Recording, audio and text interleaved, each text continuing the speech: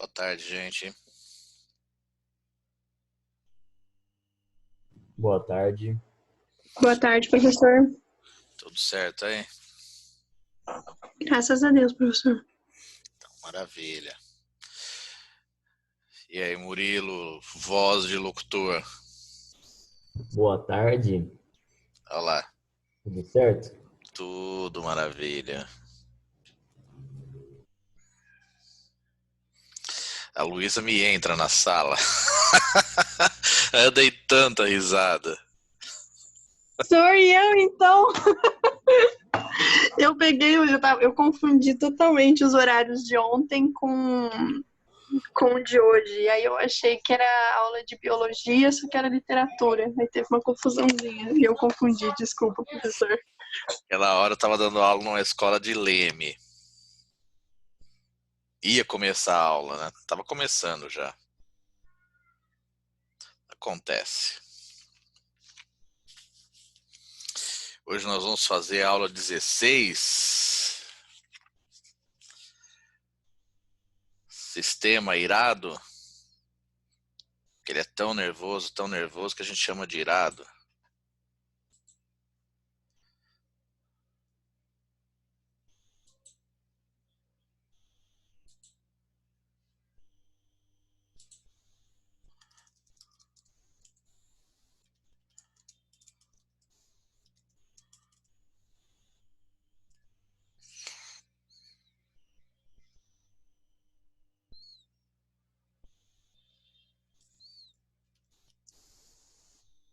Eu tava esperando chegar nessa aula aí. Para fazer perguntas. Eu tava mais com curiosidade mesmo, porque esses dias eu tava folheando o caderninho, eu falei, nossa, que tema diferente, eu não sabia que abordava no cursinho esse tema. O que? O sistema nervoso? É, assim, na verdade não imaginava muito assim, sabe? É que nós vamos falar sobre o sistema nervoso e o sistema endócrino. E é importantíssimo, porque são os dois que controlam o funcionamento do nosso corpo, né? Sem sistema nervoso não tem como a gente perceber o ambiente, ter as reações a essas percepções, contração muscular, contração de órgãos, enfim, tudo que tange a sensibilidade faz parte do sistema nervoso. Isso quando são eventos rápidos, né?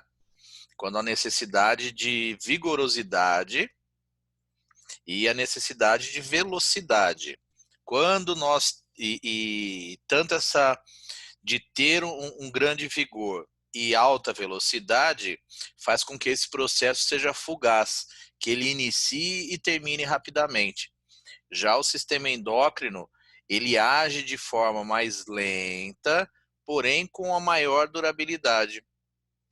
Então eles têm trabalhos que são complementares. E é muito interessante a gente entender como é essa relação entre o sistema nervoso e o sistema endócrino.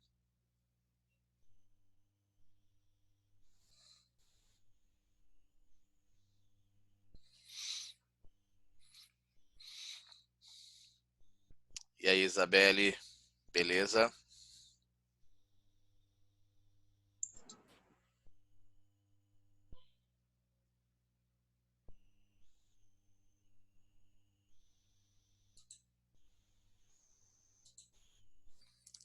Vamos começar. Quem for chegando vai se juntando a gente. Compartilhar com vocês a minha tela. Olá, Thalita, tudo bem?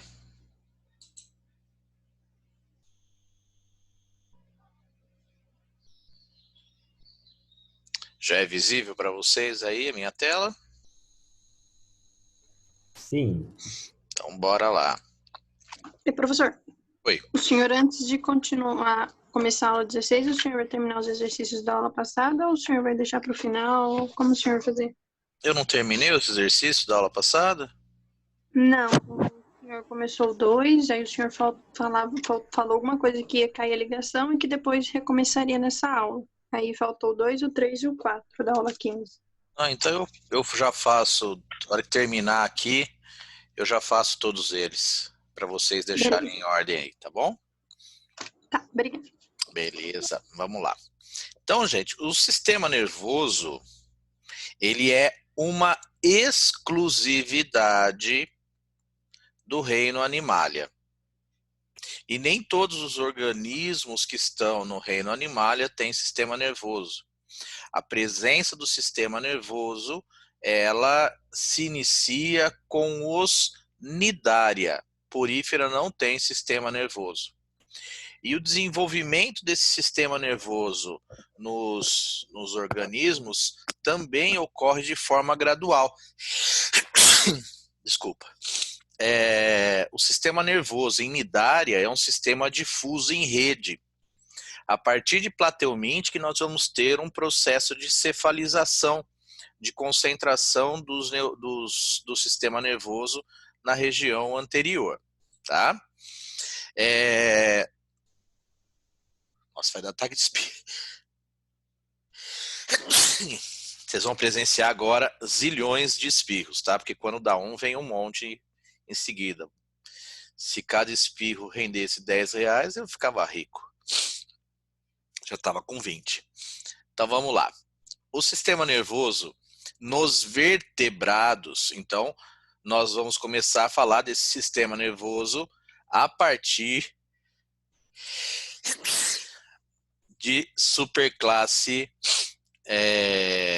Pisces, lá da classe Chondrichte e Osteichte. Nós vamos dividir esse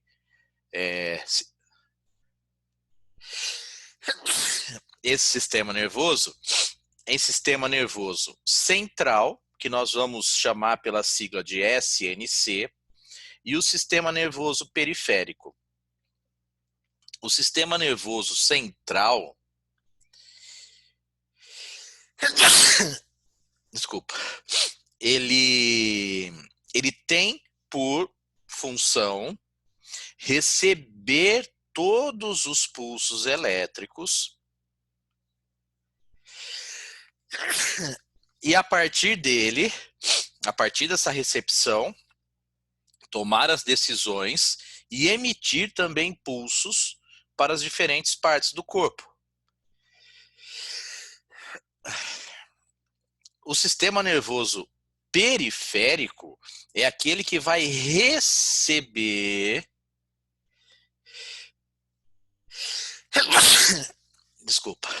vai receber essas informações e também levar para os órgãos efetores, onde nós vamos ter as ações.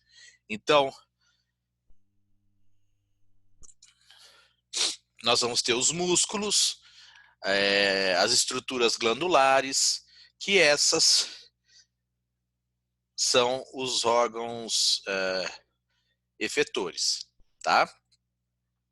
É importante a gente entender que essas duas porções, elas constituem o sistema nervoso. Elas são formadas por neurônios. A diferença que existe entre elas é a localização, a estrutura, não a estrutura celular, mas como ele é estruturado, o tamanho deles e o alcance. O sistema nervoso central, ele é dividido em duas porções. Quais são essas duas porções? Nós denominamos de encéfalo e de medula espinhal. Então, o encéfalo, o que nós temos dentro da nossa calota craniana, é o encéfalo, não é só o cérebro. O encéfalo é composto por 3 porções, composto pelo cérebro, composto pelo cerebelo e composto pelo tronco encefálico. O cérebro é uma estrutura única dividida em 2 hemisférios, cheio de circunvoluções, cheio de dobras. O cerebelo é uma porção que nós temos aqui próxima ao osso occipital. Então ele está aqui atrás da nossa calota craniana. E o tronco encefálico é formado por 3 porções. O chamado mesencéfalo, a ponte e o bulbo raquidiano. Se nós olharmos nessa imagem, nós vamos poder identificar aí essas 3 porções. Eu vou colocar aqui, ó, vou pintar de vermelho, ó, encéfalo, tá aqui, ó.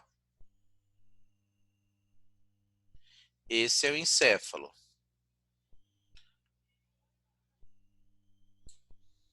Então, toda essa porção aqui é o que nós chamamos de cérebro.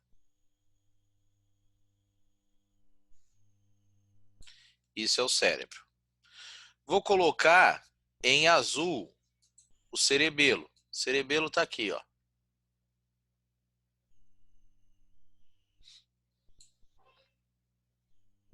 E vou colocar em amarelo o tronco encefálico.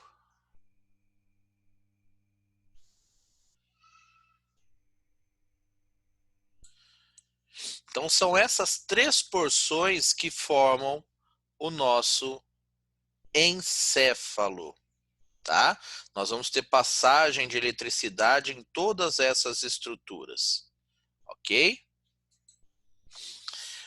O cérebro é a região que vai ser responsável pelo recebimento das informações, o direcionamento para regiões específicas, que nós chamamos isso de lobos. Então aqui, ó, tem o lobo frontal, e eles são designados, ó, pela presença de artérias. Então aqui passa uma artéria. O lobo parietal, que é o que está aqui do lado do nosso crânio. E aqui o lobo occipital. Então nós temos essas estruturas. Vamos ter aqui também, ó, o corpo caloso. O que é o corpo caloso? É uma região que une, é um feixe que une os 2 hemisférios cerebrais. O hemisfério direito e o hemisfério esquerdo. Vamos ter ainda estruturas com função de glândula, ó, como hipotálamo, o tálamo. Essa região mais profunda do cérebro, ó, por exemplo, aqui embaixo, é responsável pelo olfato. Essa porção do lobo occipital é a região responsável pelo controle da visão. Repare que, ó, o lobo temporal está associado muitas vezes ao nosso equilíbrio. O cerebelo é a estrutura que praticamente direciona as suas atuações em relação aos movimentos do nosso corpo. Então ela controla os movimentos, coordenação motora, postura do organismo. Um dano nessa região, por exemplo, impedirá o indivíduo de andar, porque ele não vai ter o controle motor. Já o tronco encefálico, que nós vamos ter a primeira porção aqui do mesencéfalo. O mesencéfalo está relacionado, ó, com visão, audição e movimentos faciais. Então a contração dos músculos faciais é de responsabilidade do mesencéfalo. A ponte e o bulbo eles estão relacionados com o ritmo respiratório e com a pressão arterial. Até mais o bulbo está relacionado com o ritmo respiratório do que a ponte. Um dano aqui na região do bulbo, vamos supor, um tapa na cabeça, pode danificar essa região e a pessoa morre de insuficiência respiratória, ela não consegue respirar. Então, assim, uma dica. Cabeça é um local que a gente tem que ter extremo cuidado. Uma pancadinha na cabeça, ela pode causar uma concussão e isso fazer com que a pessoa tenha danos cerebrais. Então, imagina um jogador de futebol que ele, ao subir para dar um cabeceio, bate a cabeça na cabeça de outro indivíduo. Já teve casos de pessoas que morreram em campo. Um lutador de boxe que o tempo todo está tomando soco na cabeça. Isso vai causando microlesões na sua região encefálica que o indivíduo pode desenvolver males relacionados a essas microlesões, como por exemplo o Muhammad Ali teve, o Maguila aqui no Brasil teve, com perda de memória, perda de controle muscular. Então isso vai causando lesões na região encefálica. Então não se brinca, não se dá tapa na cabeça de ninguém, porque isso pode causar um dano. Ah, mas foi só um tapinha. Eu não sei como que é a estrutura do indivíduo. Eu não sei se ele já tem uma hipersensibilidade ou se teve já algum dano. Então eu não toco na cabeça de ninguém, tá? Se for tocar é para fazer um cafuné, um carinho e tá ótimo. Professor, Oi. o controle dos batimentos cardíacos é no próprio coração, não é? Então, você regula a pressão arterial nessa região do tronco encefálico, mas a despolarização do coração, ela ocorre diretamente no coração, que é ocasionado pelo nódulo sinoatrial, que é o marcapasso. Ah, sim. É um tipo de coração chamado miogênico, diferente de um coração neurogênico. Neurogênico, o cérebro controla. Miogênico, não controla. Controla indiretamente, né? Mas a contração, o potencial de ação parte diretamente do coração. Então, se a pessoa fala que está apaixonada, quem dá a paixão é o cérebro, não o coração. Ah, então a paixão tá na cabeça. Exatamente. Então, se alguém te der um coração de presente no Dia dos Namorados, largue da pessoa, porque ela não sabe nada de biologia. E a vida funciona assim. Ah, mas eu te amo, te dei um coração de pelúcia, um coração de chocolate. Me dê um cérebro de chocolate. Me dê um cérebro de pelúcia, não um coração. E outro, o coração não tem aquele formato, né? É verdade. Acabei com o amor agora, hein?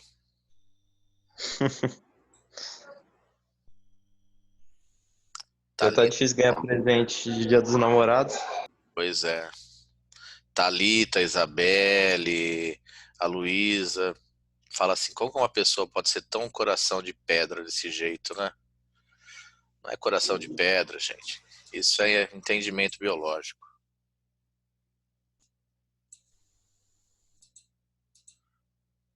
Você dá risada, né, Isabelle? Se alguém vier com coração comigo,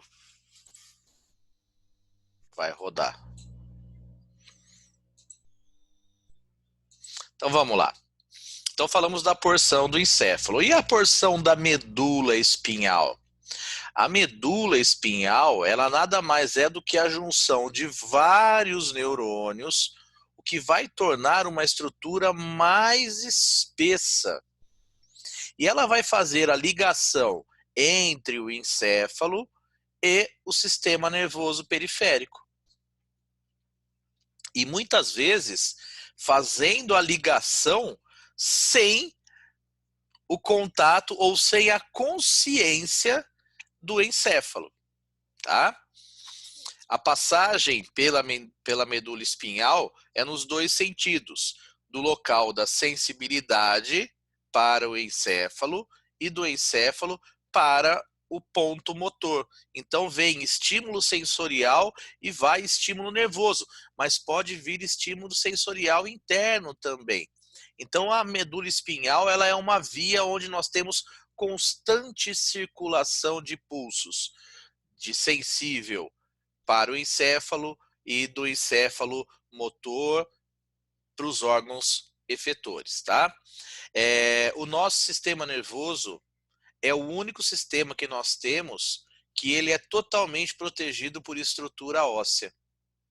Nenhum outro sistema no nosso corpo tem tanta proteção como o sistema nervoso. Se nós pensarmos no encéfalo, ele tem, ó, o crânio, só como proteção, tá? Proteção física. Tem o crânio, tem 3 membranas, que são as 3 meninges, de fora para dentro, dura mater, aracnoide e pia mater. Além disso, tem um líquido que banha toda a estrutura do encéfalo e a medula tem essas membranas, tá? A parte óssea na medula são as vértebras, então ela também tem proteção óssea. Tem as 3 membranas. Além dessas 3 membranas, tem um líquido que faz com que tenha impacto menor, justamente porque o líquido vai diminuir esse impacto, que é o líquido cefalorraquidiano. E ainda existe a barreira hematoencefálica, que impede a passagem de substâncias do sistema circulatório para o sistema nervoso. Então impede, por exemplo, passagem de algumas substâncias químicas, outras ela não consegue impedir. Então, aí tem aqueles discos de cartilagem também, né? Entre as membranas. Não, entre membrana não tem disco de Não, cartilagem. quer dizer, entre as vértebras. Entre as vértebras, mas aí não é simplesmente objetivo de proteger o sistema nervoso, mas diminuir o impacto entre as vértebras e o desgaste delas. Ah, sim. Tá? Então vamos lá. Como eu falei para vocês, essa passagem do pulso pela medula espinhal pode ocorrer de não ir a informação, o pulso, para o encéfalo.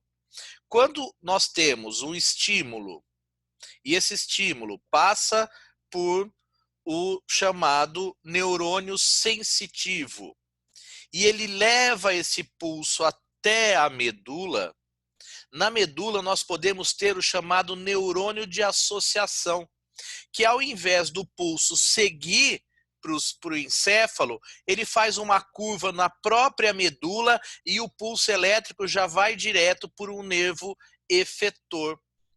Nós chamamos isso de arco reflexo ou de ato reflexo. Então, quando vocês iam lá no pediatra, que o pediatra pegava um martelinho, dava uma pancadinha no joelho de vocês e vocês levantavam a perna, se levantaram a perna, parabéns, você é normal. Se você levantou o braço quando bateu no joelho, você deveria fazer parte do episódio do Chaves, porque ele que batia no joelho e levantava o braço. O que acontece, ó? Temos a pancadinha, vai pegar bem em cima de um tendão. Quando nós temos a pancada, esse estímulo mecânico vai percorrer através de uma fibra sensitiva, então vai correr aqui na perna e vai chegar lá na medula, na chamada raiz posterior. O normal seria o quê? Chegar esse estímulo e subir para o cérebro. Fazer esse caminho aqui, ó. Estímulo, e subir em direção ao encéfalo. Só que nós vamos ter aqui, ó, o neurônio associativo, que ele vai ligar a raiz posterior à raiz anterior. A partir da raiz anterior, o pulso elétrico continua e vem até a fibra muscular, fazendo com que haja contração e aí a pessoa levanta a perna. Então, isso é um arco reflexo. Você levanta a perna sem o seu cérebro comandar esse processo. Se você está sentado numa cadeira que o seu pé não esteja tocando no chão, dá para você mesmo fazer isso. É só pegar, passa a mão por cima do joelho, você vai ver que termina a patela e aí tem a ponta da tíbia, quando você vai descendo. E tem um espaço que tem um tendão. Se você bater com força nesse tendão, sua perna levanta. Tem alguém que está nessa situação com a perna afastada do chão aí? Peraí, tô tentando aqui. Vai lá também, Murilo. Vixe, eu tô numa cadeira mais baixa aqui, deixa eu ver se eu consigo. Praticamente uma cadeira de anãozinho. Se não tiver, cruza a perna e deixa a perna de cima solta, bem soltinha. E aí você bate nessa região. Sugestão, ó, não sei se vocês estão vendo a minha imagem, mas dobra o dedo assim, ó, de deixar essa pontinha óssea e você bate bem nessa região.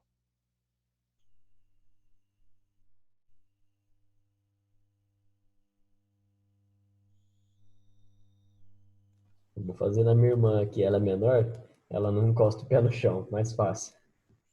Ela serve de cobaia. E ela vai dar risada porque ela vai ver que a perna levanta e ela não tem controle nenhum sobre isso.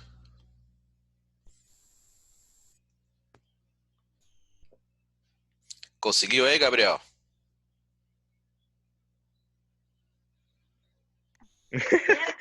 Caramba.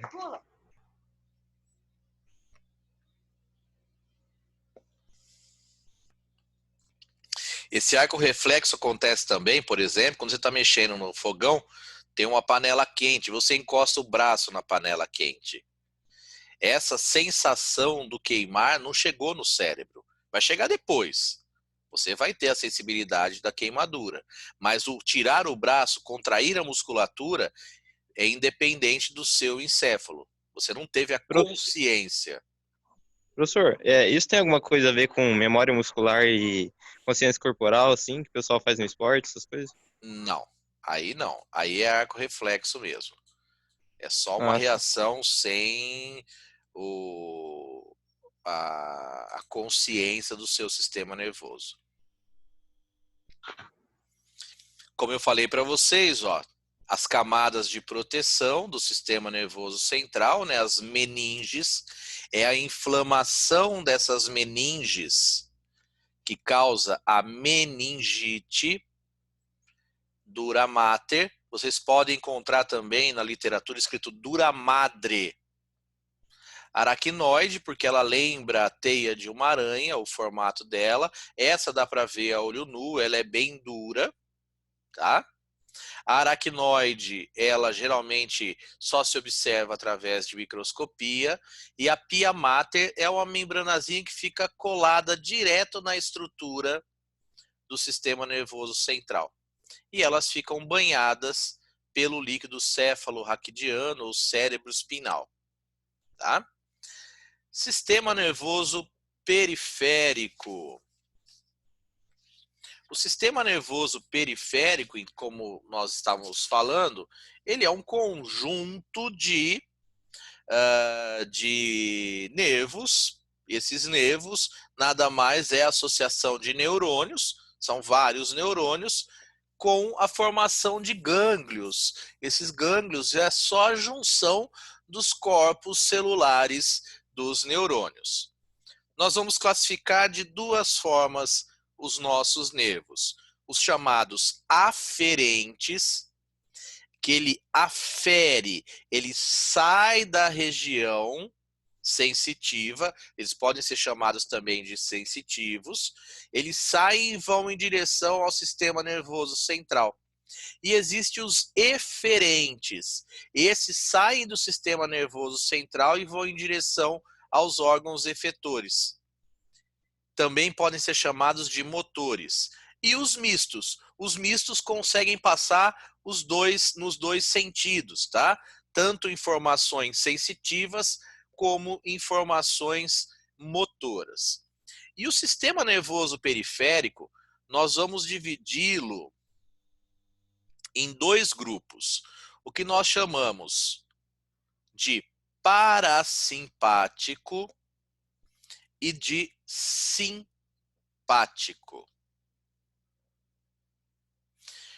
O que é fácil da gente guardar de informação? O simpático está relacionado com alerta, está relacionado com situação de perigo. O parasimpático está relacionado com relaxamento, está relacionado com calma. Vocês querem ver como que isso é verdade? Você tomou um susto. Já que eu estava falando do cérebro que controla o nosso amor, eu vou pegar uma situação.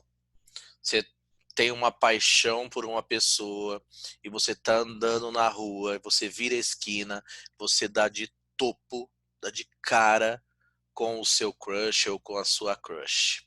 Ó, termos modernosos. Aí você virou a esquina, pá! Na hora, o que acontece? Vai disparar seu coração, olha lá. Vai acelerar os batimentos cardíacos. Se o susto for muito grande, muito grande, muito grande, você vai fazer xixi na calça. O que vai acontecer? A sua vontade é sair correndo. Para sair correndo, vou precisar de energia. O fígado libera glicose. Tudo isso vai acontecer porque liberou adrenalina. Você está numa situação de alerta.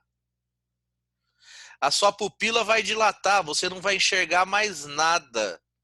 Você vai ficar assim, com a visão focada, vai perder tudo que é periférico. Você não vai ter percepção. Vai inibir a salivação. Você vai ficar com a boca seca. A sua frequência respiratória vai aumentar. Você vai ter relaxamento dos brônquios. Justamente para quê? Para ter maior hematose, maior oxigenação. Consequentemente, eu vou quebrar mais glicose para gerar mais energia. E todo o processo digestório, ele vai cessar, ele vai parar. Então, repare que numa situação de alerta, quem entra em ativo, em processo ativo, é o sistema nervoso periférico na sua porção simpática. E no relaxamento? Tá deitadão na rede, tranquilo, pupila fica contraída, estimula a salivação. Veja a hora que você está dormindo, que você está tranquilão, começa a produzir muita saliva. Até dá umas babadas no travesseiro, né? Batimento cardíaco vai diminuir, frequência respiratória também diminui, você vai digerir, fazer a digestão, tanto que depois de comer, quem entra em ação é o parasimpático, porque o principal objetivo é a digestão. Vai estimular a vesícula biliar, para quê? Para liberar bile, para ter o processo de digestão. Contrai a bexiga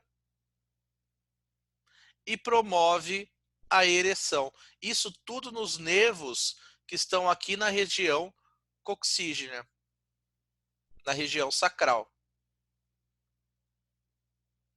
Então, esses pontinhos que estão saindo, ó, todo o sistema nervoso parasimpático, ou ele vem dos nervos cranianos, ou vem dos nervos sacrais. Todos aqueles relacionados ao simpático vêm da região torácica e da região lombar. Beleza?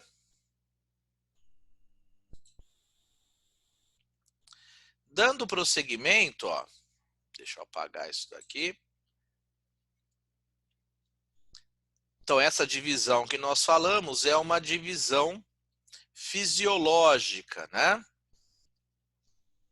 Do sistema nervoso, que nós estamos falando da porção autônoma, que é o sistema nervoso periférico autônomo, que nós dividimos em simpático e parasimpático.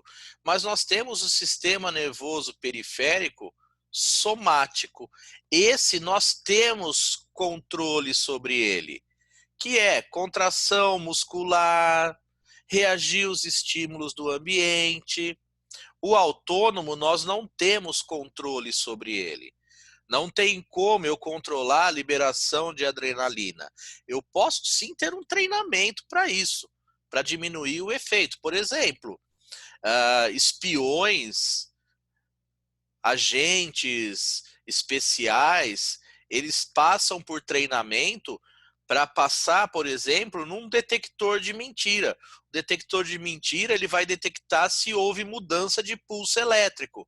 E o cara consegue controlar, mas aí é técnica de preparação do seu psíquico, para que eles possam passar por esses testes, sem demonstrar absolutamente nada. Mas é treinamento, não mexe nada no sistema biológico dele, nessa porção do sistema nervoso, tá? Em relação à estrutura do neurônio, como que nós dividimos o neurônio? Nós dividimos em 3 porções. Quais seriam elas?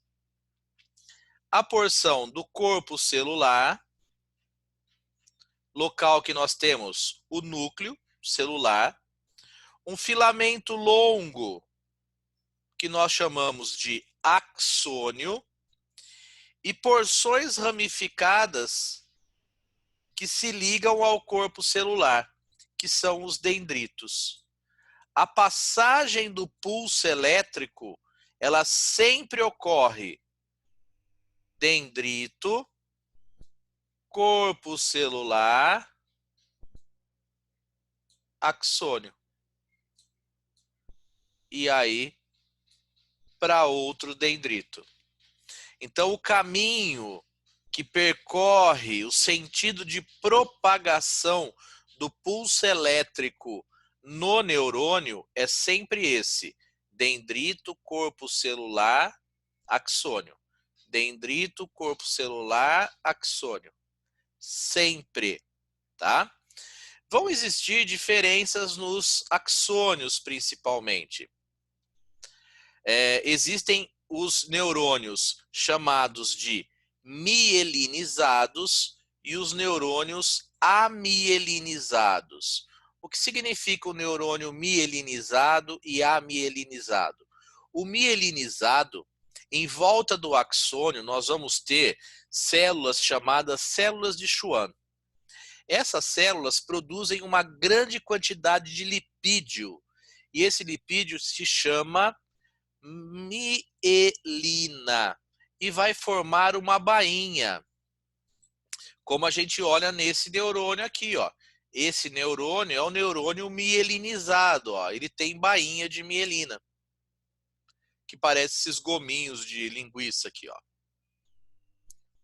O neurônio mielinizado, como ele apresenta essa gordura, esse lipídio, ele age como um isolante elétrico e faz com que a velocidade de passagem do pulso elétrico seja muito maior. Então ele aumenta a velocidade. Pessoal, vou fechar a sala que falta alguns segundinhos e já abri outra no mesmo link, tá?